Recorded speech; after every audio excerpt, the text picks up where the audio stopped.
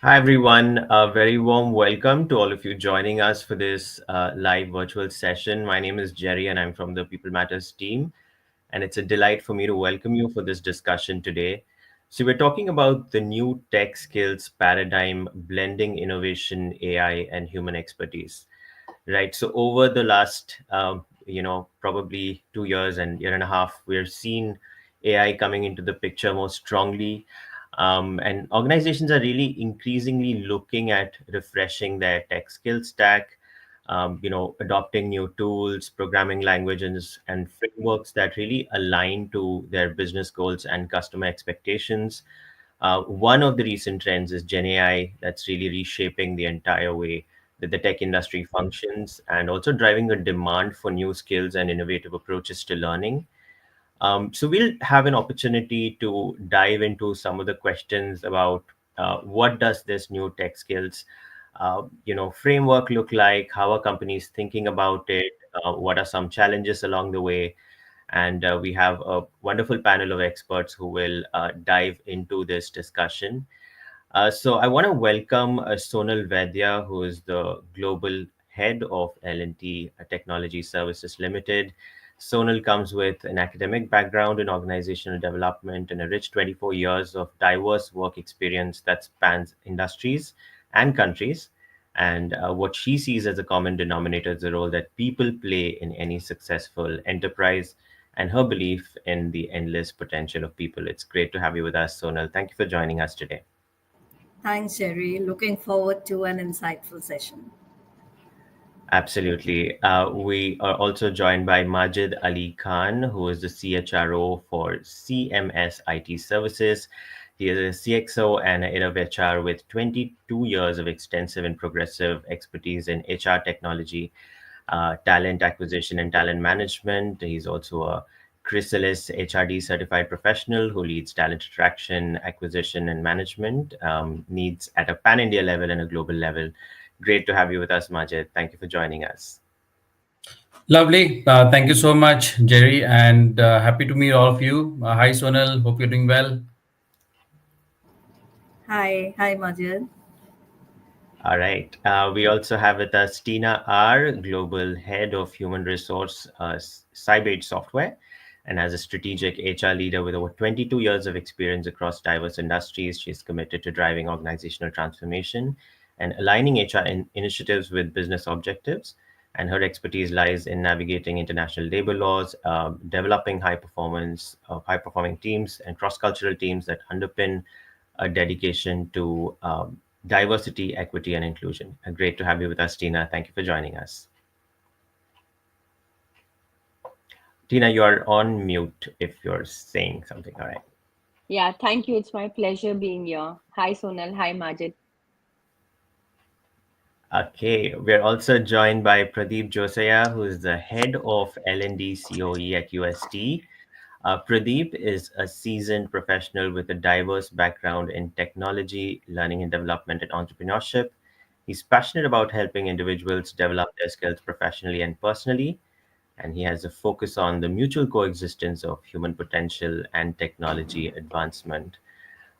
Great to have you with us, Pradeep. Hope you can hear us and see us.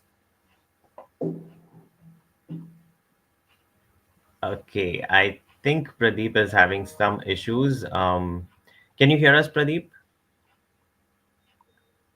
Okay, maybe not. We'll circle back to Pradeep. But moderating this discussion would be Mohan Madhyalagan, who is the Senior Customer Success Manager for Enterprises and Strategic Accounts at Skillsoft. And Mohan comes with over 18 years of global experience in driving end-to-end customer, employee retention and growth strategies for organizations from a variety of industries, including IT services, consulting, product, and manufacturing. He's a passionate lifelong learner and a problem solver with a proven track record in strategizing, designing, and implementing retention and learning strategies. Thank you so much, Mohan, for joining us. Thank you, Jerry. Thank you for the warm welcome. Okay, for our audience, if you have any questions on this topic, any concerns, any comments, feel free to share it at any time during the discussion. And even as the discussion progresses, feel free to share your thoughts and comments. We'll take them up towards the end of the discussion. With that, I'll hand it over to Mohan. And hopefully, Pradeep can hear us. In the meantime, we'll figure it out how to connect with him. Yeah. Over to you, Mohan. Yeah. Thank you, Jerry. Once again, a very good afternoon to everyone. And I'm really excited to be moderating this insightful session along with our esteemed panelists over here with us today. Before we kind of dive deep into the session, let me quickly take a couple of minutes to set the context for today's discussion, right? We all are aware that the tech landscape is undergoing a rapid transformation fueled by advancements in AI. That's a buzzword, isn't it? And automation as well, right? To stay competitive, organizations must continually adapt their tech stacks and upskill their workforce as well. And this shift definitely requires a perfect balance and blend of both technical expertise as well as unignorably the soft skills, which are also called as power skills in today's era, right? So in this session, we will be delving deep into the specific challenges and opportunities that it brings to the organizations with aspects such as understanding the emerging technological needs, identifying critical skills that are needed for the future workforce, right? And also explore how to foster a culture that values both technical proficiency and, most importantly, human-centric abilities as well, right? And I'm sure by the end of this session, we all will gain actionable insights to navigate the evolving tech landscape and position your organization for future success. Right. So, with that in mind, without any further delay, let's hear from our panelists. So, to begin with, right, so I would like to kind of really open it up to our leaders who are the panelists to give us a bird's eye view, a panoramic view level about how the emerging trends, tech trends such as AI, is redefining the essential skills for the technology roles within your organization. And what are some of the trends that you see within your organization which are getting prioritized as well, right? So can we hear from, say, I think I can just go by Sonal, who is on the left-hand top corner on my screen. So Sonal, would you like to kind of throw some light on that, please? Sure. So, I represent an organization which is an engineering R&D firm. And for us, the first thing that's very critical for us is that we really lay out a strategic roadmap as far as, predicting the changing technology landscape in itself is concerned. So if you really look at it, the way we've really laid out the landscape is we've divided it into three parts. So technology that moves us, technology for manufacturing responsibly, and technology that accelerates transformation. So these are the three buckets in which the technologies are divided as far as L&T Technology Services is concerned. And within that, we've defined what is going to be maturing in the next 3 years and what's going to be maturing in the next 5 years. So if we look at the next 3 years, the technology that moves us, we are looking more around connected vehicles, EV hybrid vehicles, digital cockpits, software-defined vehicles. And if we were to really talk about technology for manufacturing responsibly, we are looking more around, the plant digital twins. We are looking at green facility design. And lastly, the technology that accelerates transformation, where we are looking at 5G, we are looking at AI, ML, Gen I, we are looking at next gen software, and we are looking at application engineering and more around HPC computing. So we clearly have defined, firstly, that's a 3 year roadmap. And then we even defined a 5 year roadmap where we take it a notch higher, where maturing in the next 5 years becomes Gen AI, personalized driver experience. So we're just taking everything a notch higher. So I think the first thing that's very critical for us as an organization, we have a clear strategy roadmap laid down. And then this translates into training for us, because then we are pretty much designing everything. It's a means of achieving the end. And somewhere, each and everything that we do is directly linked to our org strategy. And I'll talk a little more about it as to what are the initiatives that we've culled out in order to further this cause. Thank you, Sonal. That's really inspiring, I must say, because I mean, the key takeaways that I was able to kind of pick from your initial context setting was scalability and predictability, right? So, how do you plan for the short and the long term? Yeah. Wonderful insights from you.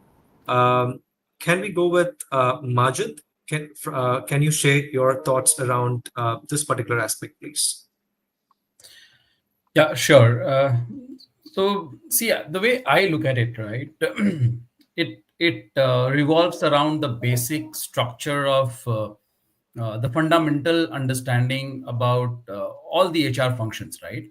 And primarily, if you look at how the HR mind thinks, is all about self-awareness, right? So awareness becomes very important, right? Whatever you do in terms of TNI, TNA will help you understand where you stand today. And because of that, when you bring in this awareness piece into the play, you will have to look at the era that you are kind of operating in, right? And how the era kind of gets aligned with what's prevailing in a given era, right? For an example, in the past, okay, if you look at the adoption piece, right? People had different set of challenges around adoption, right? They were struggling to kind of accept PC coming into the play, right? Modern device management, right? Mobile phones, etc., being used, right? Then in the present era where we are today, right? It's all about remote. It's all about hybrid. It's all about digital and cloud, right? And then from the past and the current present, you move to future, which is all about Gen AI and usage of Gen AI, right? And the augmented workforce. Some of these studies, and I'll move to data now, right? Some of the studies also depict the fact that about 1.1 billion and maybe more, right? Jobs are likely, very much likely to kind of go through a radical transformation, and it's all because of technology, right? Then the question is, can the technology exist alone? The answer is no. And you rightly mentioned, right? It has to be coupled with power skills, right? While you are technically sound and you would want to kind of do things with technology, becoming the front runner in terms of all your transformational journey, you cannot really ignore the human skills part or the power skills part, right? And then you will have to think of checks and balances, right? You will have to think about what are your some of the key guardrails, right? But again, be careful. You cannot really have just the guardrails without understanding that there could be sandboxes also. So this cognitive thought process becomes very, very important, right? There was a time when we used to say that anything to cloud powered by cognitive, right? So the amalgamation of both for me becomes imperative, and that is how I see the transformational journey kind of taking the right shape and ensuring that technology becomes not just a game changer but also an enabler in many ways, where the fear around technology kind of gets eliminated. Rather, it is something which is understood as a complement to our abilities to do things without technology. Thank you, Majid. I think the adaptability factor that you had mentioned really, really kind of fascinates, right? So, thank you for sharing your thoughts. Just to kind of go back to the aspect that we are kind of discussing for all our benefit. Tina, we're going to come to you now. This is regarding how the emerging tech trends such as AI is redefining the essential skills for the technology roles within your organization, and what are some of the trends you're tracking as an organization and you're prioritizing as well? So just for all of us to be on the same page. Yeah. Yeah. So see, for given the transformation we are going with, AI, the business landscape is changing. The way we are working is changing.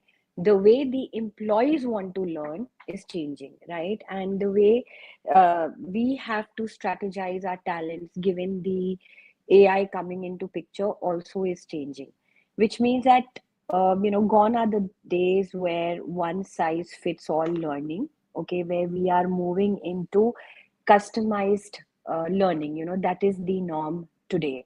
So being a technology organization, and especially in the product engineering space, we are seeing a lot of transformation when it comes to skills. There was, like if I have to talk about the technology skills, obviously there's machine learning, there's data science, there's prompt engineering, there are different languages. So we are ensuring that all our employees are, at least we are socializing those skills with our employees, because it is very important for them to stay relevant. And to our surprise, or in fact, our developers are not looking at these skills as a replaceable skills. In fact, these skills are more being leveraged as something you can, as an extension, basically, to add value to the current skills. And we leverage more of, like, so if I have to, say what we're really doing, obviously the focus is on the AI strategy, which is aligned to the business goals. Second, we are ensuring that there is skill gap analysis to identify where the challenges or the gaps are. And third is, the focus for us is more in terms of the internal trainings, where we map the skill gaps, what the business is really looking for, and also ensuring that we are tapping into the interest of the employees to reach the full potential. Thank you, Tina. What really stood out for me is the customization option based on what the role requires from a learner perspective. Simply put, it's hyper personalizing learning for the needs of an individual and the role that they perform. Very well said, Tina. Okay. Thanks for sharing your thoughts, initial thoughts. Pradeep, good afternoon. Can you hear us now? Just wanted Yes, to yes. have a Thank quick you. check. Thank you so much. Yeah. Perfect. Thank you, Pradeep. So, Pradeep, having heard from our first three panelists about the tech trends that are being tracked for their organizations, further, it will be interesting to understand from you about the core challenges you face from an organization perspective in upskilling and reskilling your tech teams, and how the HR and the L&D functions can collaborate effectively to overcome the barriers around it. If you could throw some light around it, that'll be wonderful. Sure, Mohan. Thank you so much. So, let me look at it from the IT industry perspective, because that's where I come from. Might be different for some other organizations. Some challenges that we face, not just our organization but others too. I think I'll categorize them into three areas. One is from the individual employee, right? And the employee, first thing, needs a manager support, right, to make any kind of change in their career, in their skills, etc. They need a practice playground, right? Getting a skill through whatever means without a practice playground is really doesn't work, right? It's not relevant. And finally, they need timely opportunities, else the learning is not retained, right? The second category is the challenge the manager faces, and manager, is typically facing the generational based workforce work preferences, and the various, motivation factors which are different across age groups, right? And the third one I would categorize is from the org perspective, and this is traditionally more for the IT services, where there is from the business side there is a lot of talent hoarding, right? Keep my talent to myself, and hence you have to. There is a low commitment towards rotation and retention, right? And so these are a few challenges, and like you rightly said, when HR and L&D can join hands, and not just the two of them, but also with business, then certain things can be done to overcome these. For example, prioritize skill transformation conversations, right? In all the clutter of work of daily work and client requirements, these conversations actually tend to get put aside on the back burner, etc., right? Then in terms of data driven insights and action, right?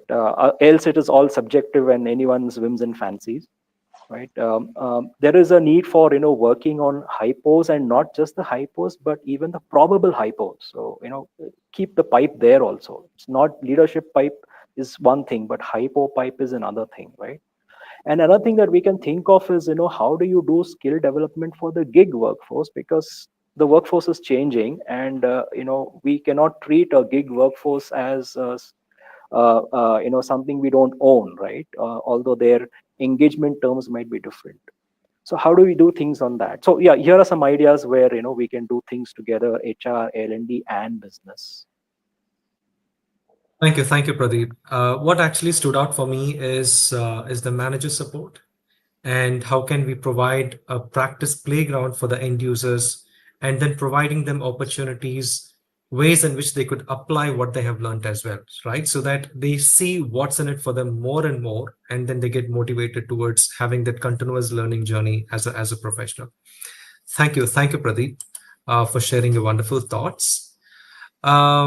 Now, as we move into the next segment, right? So as we shift gears in our conversation, it will be valuable for all of us to understand what are some of the strategies can organizations adopt to weave skill development into their culture, which ensures there is a perfect balance between the technical innovation and the essential soft skills as well, right? So this is something which we touched upon at the beginning as well. Can we hear it from Majid, please, to start with?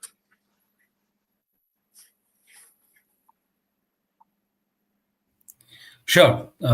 Thank you, Mohan. So, see, I spoke about the analysis being done on the need for learning and training, right? For a technology organization, it is very important for the organization to stay relevant because the needs and services of the customers are changing and changing rapidly, right? And that's one of the biggest challenge that we have at our end that we are trying to kind of solve for. So while you have that particular challenge, you can't really sit back and do nothing about it. Rather, think of a strategy which will help you. Then the question is, are you going big bang and looking at everything together, or you are coming up with certain areas which really require the due attention? So organizations today, and I'm keeping it very standard, knowing the fact that this is something which is not just being experienced by one organization, but across. So cloud definitely becomes one of the areas where it is important for organizations to have the right set of strategies. Next up is cyber, right? Cyber security with AI becoming the front runner in many innovation related projects and initiatives. You definitely need to have the right kind of defense system, and that is where cybersecurity etc become very very important. Now, today, if you look at decision making, right, for organizations, not just inward but also outward, right, you need to have a strategy around using data and playing with data. Data definitely will tell you a lot of things in terms of stories, and along with those stories, a lot of insights will come out, which will help you to kind of stay modern and look at what are the modern techniques which are supposed to be applied for you to generate either a higher amount of revenue or maximize your profits. Look at where are the pain points in terms of leakages which are happening, because end of the day, any organization for that matter, right, would like to stay in the business to kind of make money, unless there are charitable trusts that we can think of.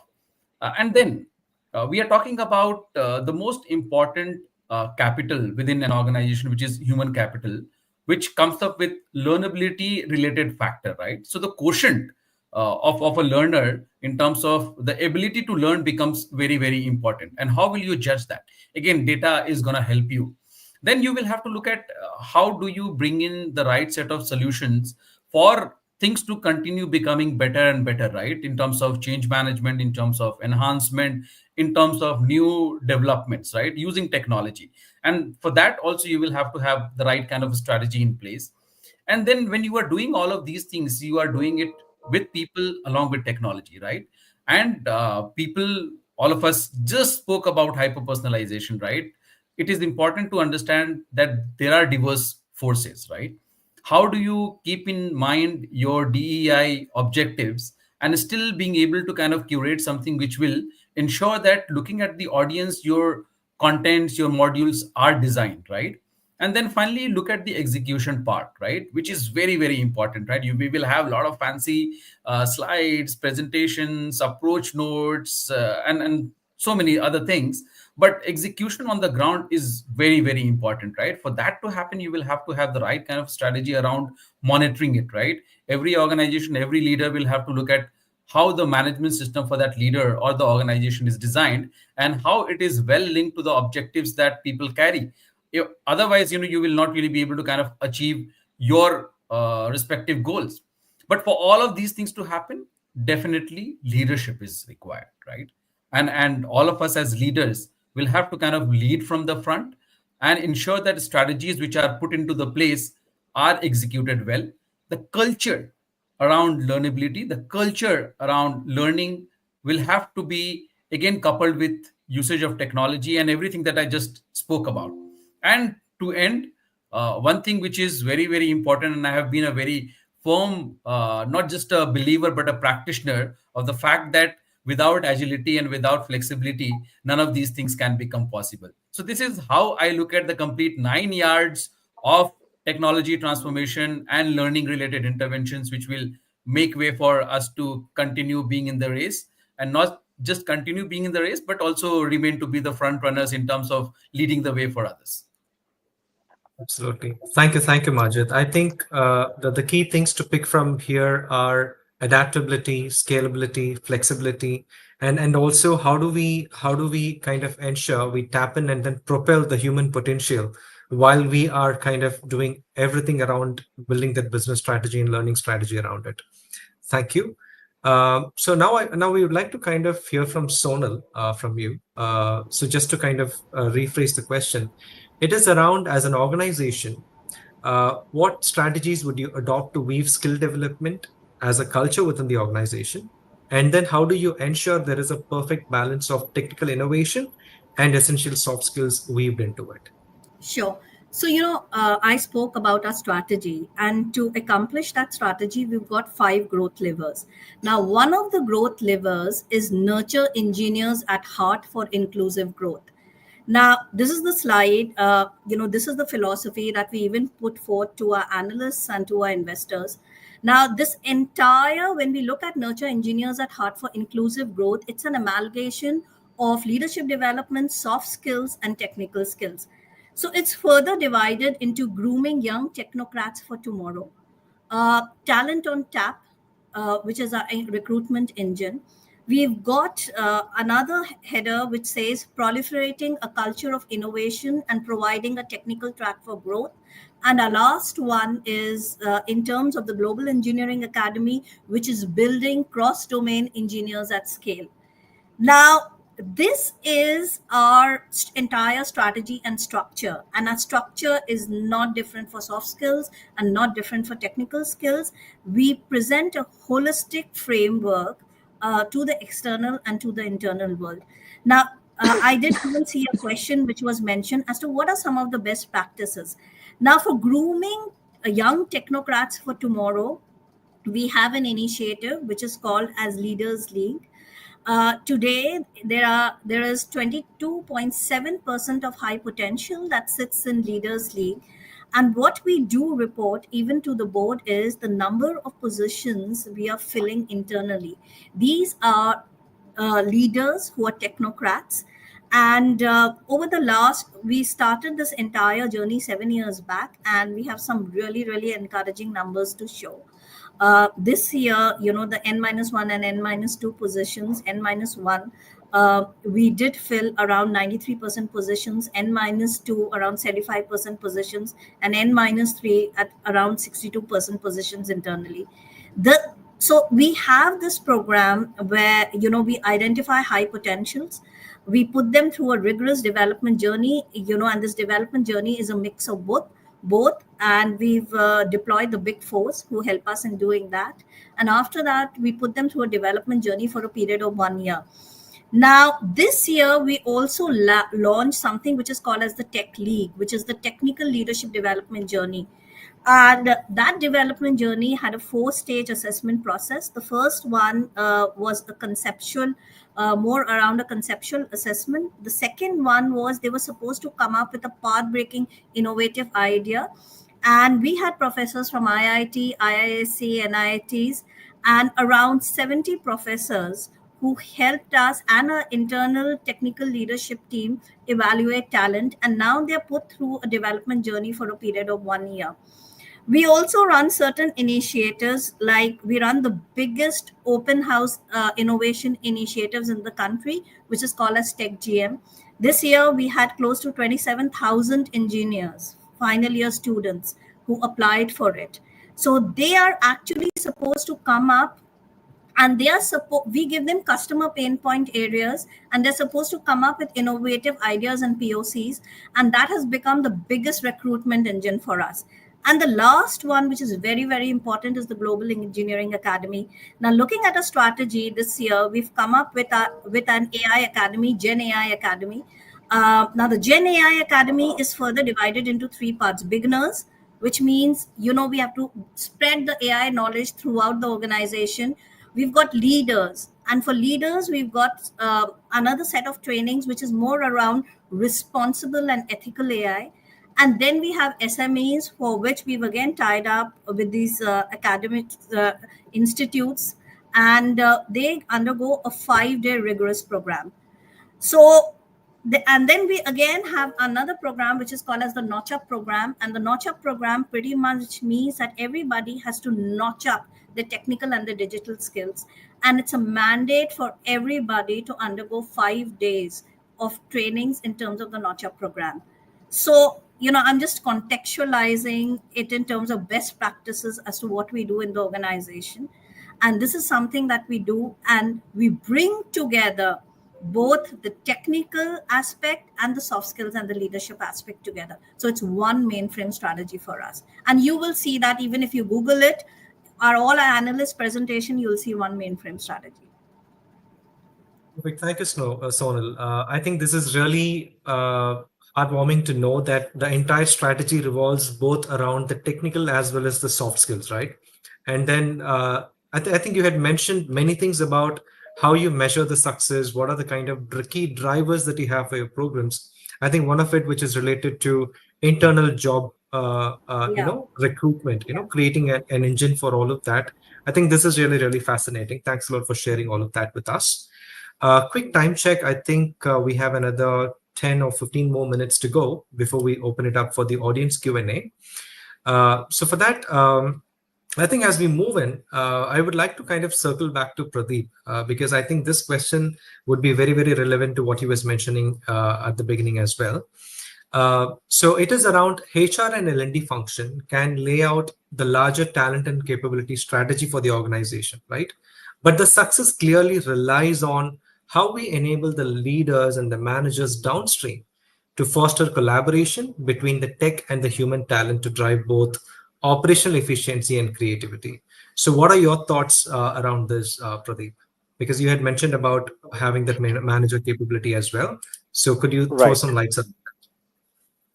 Yeah, so I think one of the first things, and I've seen one chat question also, one of the first things that we need to really help the entire organization top down is to, embrace change, tech change, right? Tech, not even tech change, the tech tsunami, right?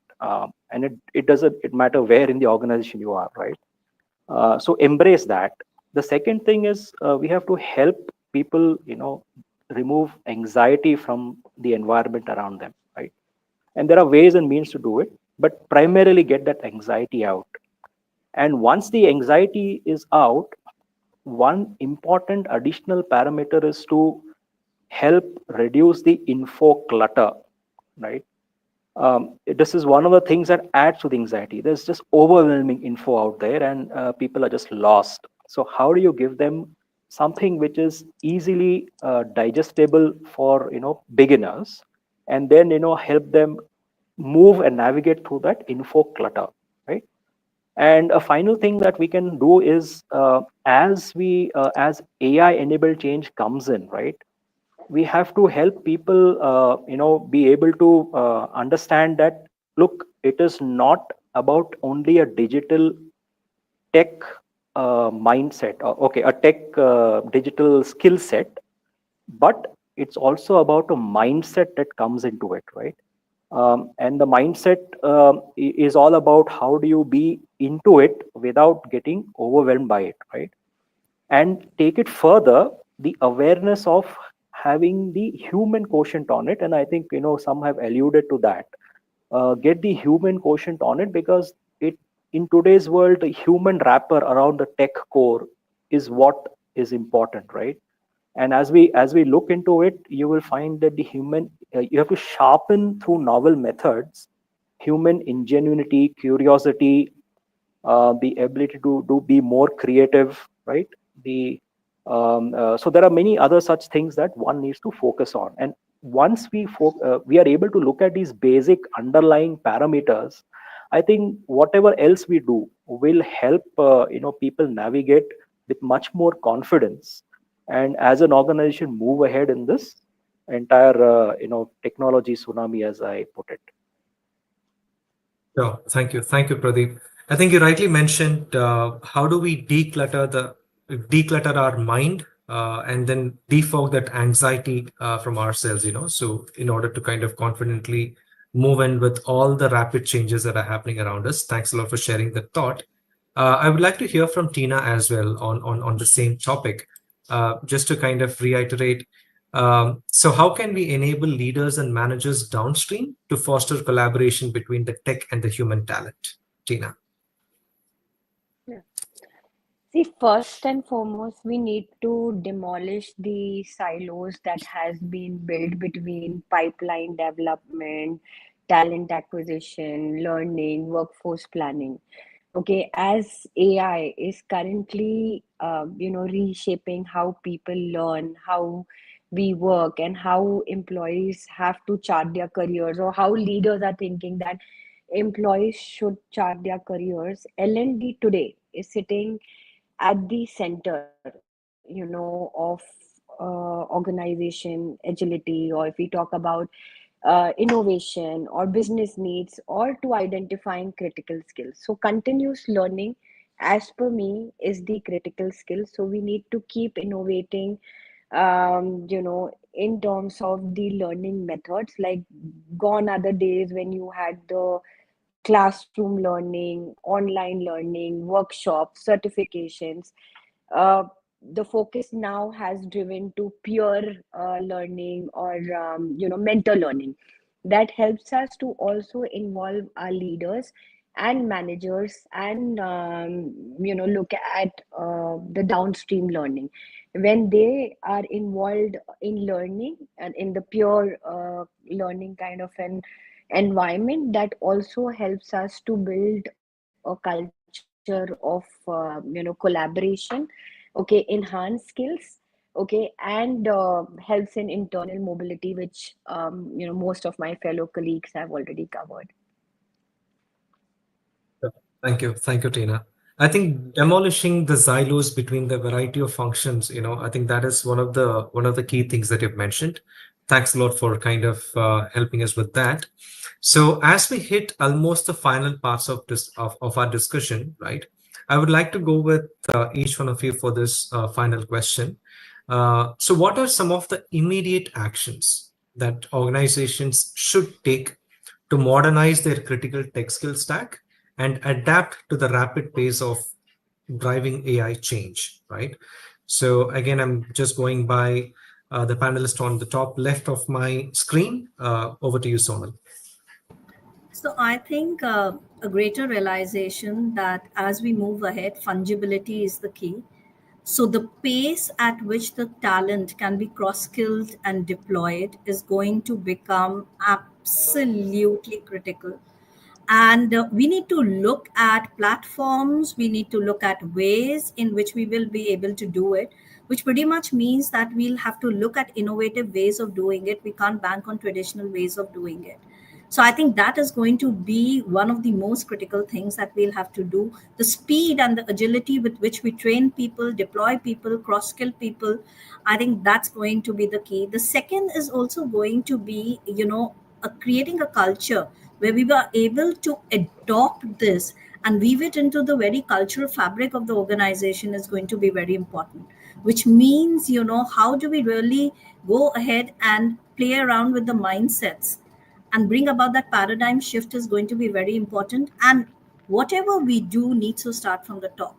So the approach needs to be a top down approach. I know we always think when it comes to technical skills as a bottom up approach, but I think it's the leaders themselves who really need to have that bit of awareness. And we always think it's a given, but we've increasingly realized it's not. So it needs to be a top down approach with the leaders themselves being in the driver's seat, and they themselves, cushioning this entire process. Thank you, Sonal. Very well said. I think it definitely has to be a top-down approach. We will have to kind of walk the talk as well, right? So, rightly put. Majid, over to you to share some thoughts on the same aspect, please. Sure, Mohan. So, Mohan, I think all of us, right, today know, and we are aware of the fact that there is a slowdown in the industry, right? Especially the tech industry, so to say. So, what is this? It's a situation, right? It's a scenario. It's an environment which is prevailing at this point in time, and there is a method attached to it in terms of how do we look at the ways and means through which we can come out of this situation, right? Because all of these things end of the day will have an impact on the business, right? Business in terms of either your top line, which is revenue, and bottom line, which is your margins or profits or EBITDA, whatever you call it, right? At different stages you will have different values coming out. So from that perspective, analysis of the situation becomes very important. When you analyze the situation, you will get to understand what is the root cause, what is the problem that we are trying to kind of solve. And if at all you are able to kind of find that, you will have to look at what are the consequences attached to it in terms of business, right? And when you look at the implications and the consequences attached to the problem statement, then you will have to understand, okay, what's the quantum of risk that we are carrying? The moment you understand that if you are not learning, if you're not improving, and there is a payoff, net payoff, right, in terms of not being able to kind of change the overall ecosystem, that's when your mind will start working. And when your mind starts working, the mind will tell you that, good, you need to come up with a design system and look at how you can accelerate your process of going through this transformation, right? And it will be covered with about 10 to 12 key areas, and I'll not go deeper into it. Rather, I'll keep it very bullet point, right? You will have to look at some of the key initiatives, and when you are able to kind of bring in those initiatives, get people aligned to it, right? And why would you do that? You will do that because you have users either within the organization, which is inward, right, or outside the organization, which is outward. So you will have to kind of solve this problem in both the ways, right? This is second. Third, you will have to look at what are your strategies, because today we know, and we experience it day in and day out, that the span of attention has been reducing drastically, right, over a period of time. And the span of attention from people, right, and retention of information, both come together, and then it becomes difficult, right? So engagement becomes very, very important, and that is where you need to have a strategy. And then you will have to look at hyper personalization, right? This is something definitely which is a buzzword, but more than the buzzword, it is something which is the reality that we have to accept. When you are able to kind of base all of these things together, then you look at how would you go ahead and launch your initiatives, launch your programs, what are the platforms that you will possibly come up with and utilize. And then finally, for it to become interesting, you will have to kind of make people understand what is in it for me. How will I continue to go ahead with my journey in terms of learning, right? And learning is a journey. It is not something which is a one time exercise. And then finally, when the journey is on, you will have to look at what are the milestones, and data will again tell you a lot of things about it, right? So analytics, reporting, insights, all of these things become very, very essential. And then it is also about continuity, right? Because once you are able to kind of analyze and get the data, can you stop? You will have to look at your goalpost, and then finally continue marching ahead, right? And then finally, all of these things are linked to the work that individuals do at the workplace, right? which is again monitored, measured, because I personally have been a very, very firm believer plus a practitioner of the fact that what gets measured gets managed, right? So unless you are able to kind of measure the performance and attach that to the returns, you will not be able to kind of succeed.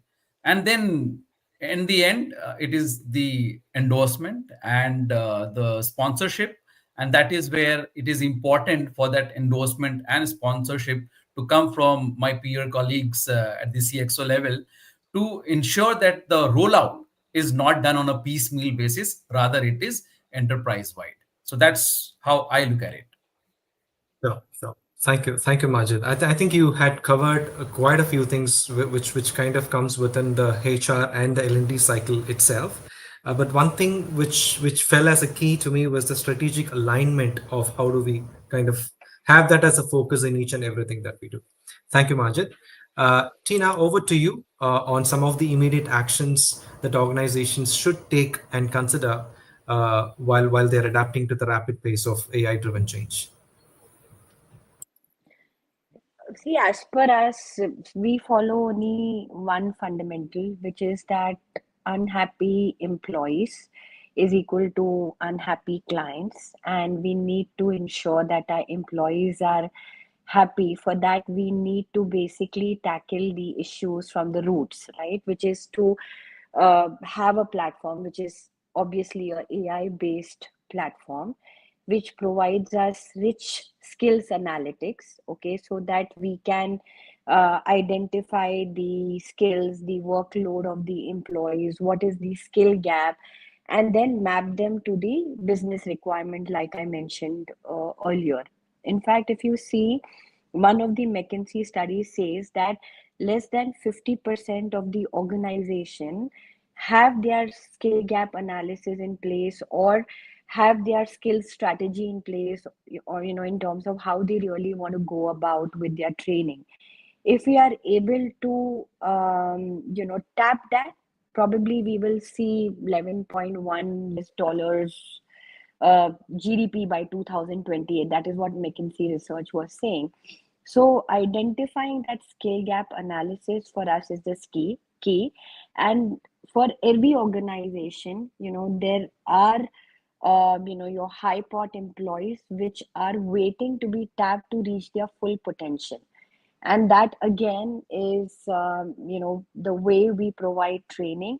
What is it that our strategy really requires for us to train them on? Other than training, we also ensure that there is a lot of investment which is made on internal projects. So when they are working on the real time scenarios which the organization faces, we are making them future ready to handle those challenges outside. And obviously, like one of my fellow colleagues mentioned that the attention span is less, so there is a lot of innovation that we keep making. There's a lot of gamification which has been introduced.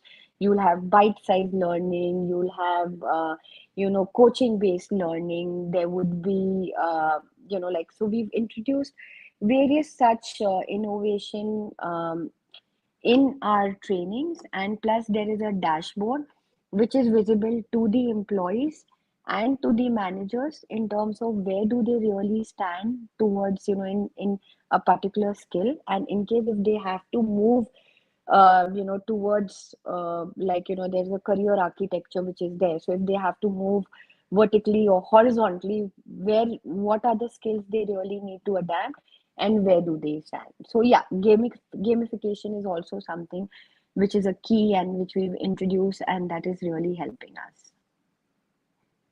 Tina, I think when you started off, you mentioned unhappy employees is equal to unhappy customers. I think there cannot be a better human way of putting things across in terms of how things are getting prioritized at your organization. Kudos to you. And I mean, if I can kind of sum it up and then understand, though, while we are talking about the AI-driven change, technology, which is rapidly changing and evolving, all of it, right? But one thing that clearly stood out in our conversation today is the human-centered approach, right? I'm sure things are kind of moving towards in-person connects, coaching, gamification, incentivizing the right learner behavior, and all of that, right? So all of those things were some of the themes which I felt it was like sprinkled enough in our conversations in the last 30-35 minutes. I think we are in a great direction to move forward.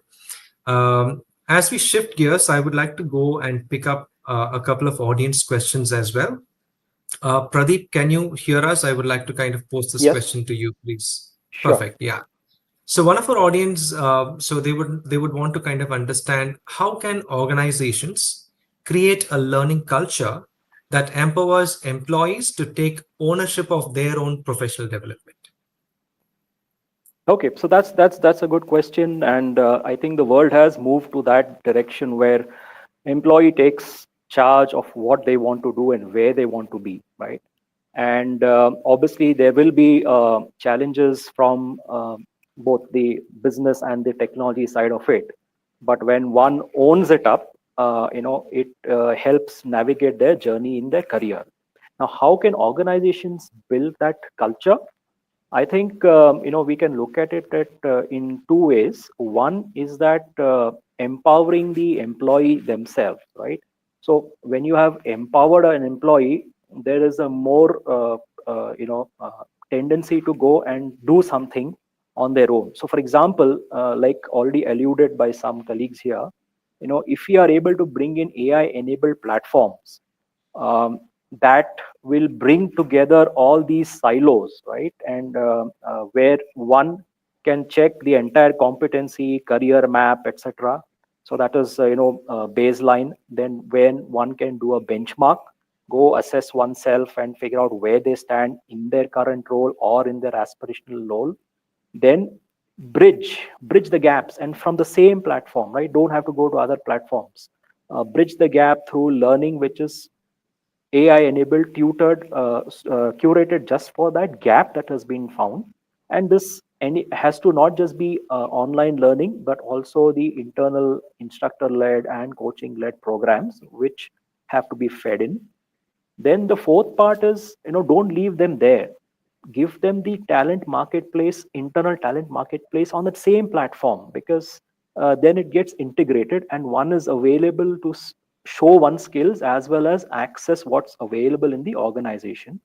So that's bloom, right? And the final B is, build back, right? So on the same platform, as you grow and become an expert in your area, you're able to give back to the organization as a mentor, as an SME, for case studies, etc., right? So bring these platforms together, and I just reiterate those 5 B's as a chain which will empower the employee. One is, baseline, next is benchmark, the third is bridge, fourth is bloom, and fifth is build back, right? So this is one way in which you can empower and bring the culture about developing oneself and taking career in one's own hand. The other obviously is, manager support, and managers have to be given in different novel ways the understanding of how they can groom their teams or their or individuals under them, which will be different for different organizations depending on the DNA of the organization, right? So in a nutshell, this is what I could share thoughts. Sure, sure. Thank you, Pradeep. I think empowering an employee is something which is really, really key in today's environment, is what we are understanding from you. Thanks a lot for sharing your thoughts. Moving to the next question from the audience side. Possibly we can go with Sonal for this one. What are the key challenges in upskilling and reskilling older workers is what is mentioned, but then possibly I think the workers, I mean Generation the X. employee Yeah. base generation, yeah, right. And how Baby can boom. organizations address them? Because I think they're in a very peculiar situation wherein they have Yeah. got all the experience and all of that. They're ready to nurture the younger workforce, but then there is some sort of a tug of war there, Yeah. right? If I can put Yeah. it that way. So how do we Yeah. address that? Yeah. So I honestly feel, if you have to bring about any cultural change, it has to be first by design, and the desire will follow. So, if I were to talk about what we have done, there are two critical things that we have done, because one is definitely, that they are the brand ambassadors for us, as far as a lot of our initiatives are concerned. And this they are also mentors for us. But a couple of things that we've done, which I think is quite unique. One of the things that we've launched is in terms of reverse mentoring now, and it has gone down really well in the organization. So, and it's really opened up that there is so much to learn even from these youngsters. And I think that has kind of fueled a great deal of curiosity. And more than, having a mentor and a mentee relationship, it's built more of collaborations of Gen X and Gen Ys. And the second thing that we did, and this is going to be our fourth year, is going to be, we started with a platform which was called as YABC, which was called as the Youth Advisory Board to the CEO. So we said that we will have youngsters who only have experience between 1 to 3 years, who will find an advisory board to the leadership team. And what they the leadership, and of course, we make them go through a legal process, and in 6 months we have a group of 60 people who join in. They go through the legalities, and the CEO, we started with the CEO and now it's spread to the leadership team. They open out the challenges to them, and they are the ones who come up with innovative ways to address those challenges. Now, what has happened is, in the organization there's a lot of learning that is happening in terms of reverse learning. And what that has done is, it has really opened up even the senior folks to thinking, oh, we need to learn more. So, if you really look at it, in fact, it has been such a win win situation for us that the last four positions that we have really filled. So, what we do is we give business executives to the chairman, so which is AMN and SNS, which is to the chairman of L&T and to our own CEO. So, the last four positions we filled from this pool. And these are youngsters with only 1 to 3 years of experience. And today they are reporting to the chairman of L&T. So I think it's been a win-win situation. And what that has also fueled is a culture that, we need to be on a path of continuous learning. And then, of course, institutionalizing boot camps for leaders. Now, for leaders, we know that they have to be innovative channels of learning. These were two innovative channels of learning. And the other innovative channels of learning is that we have really demarcated learnings for leaders. Like I spoke about the AI Academy, where for leaders, it's all about ethical and responsible AI. So for them, it's important to learn about ethical and responsible AI if we want that as a business practice, and if we also want to cascade it down to our employees. So I think it really has to be different strokes for different folks and a demarcated learning. And we need to understand what really works well for them. And I guess that's what's really worked for us. And these are some of the innovative platforms that we've come up with in order to further this cause. Thank you, Sonal. And I'm sure this reverse mentoring is something which I've heard from a few organizations as well, and I'm sure that has been really, really working well and valuable for you. Thanks a lot for sharing your thoughts around it. I know we can go on with this conversation for even more longer than the last 1 hour, but since we are on top of the hour, I would like to kind of thank each one of you for sharing your inputs. And I for sure found this discussion really, really valuable. And I'm sure it's the same with our audience as well. Once again, can't thank you all enough for your valuable time for us. So with that, I would like to give it back to you, Jerry, for closure. Yeah. Wonderful. Thank you so much, Mohan, for wonderfully moderating this discussion. It was wonderful to hear all of your insights, Sonal, Majid, Pradeep, Tina. I really liked the emphasis on understanding the change, building awareness, and really aligning with the business. I feel like those were wonderful takeaways, and we'd like to extend our gratitude to you for taking time and sharing your insights with us for this discussion. Also, thank you to our partner Skillsoft for helping us curate this conversation. Also, big thank you to our audience for asking such thought-provoking questions. It's been a pleasure to host all of you. And do stay in touch for more such sessions. And we look forward to hosting you soon. Thank you and have a great day. Thanks. Thank you. Thanks, Jerry. Thanks, Thank everyone. Thank you. you. Thank you. Thank you. Bye bye.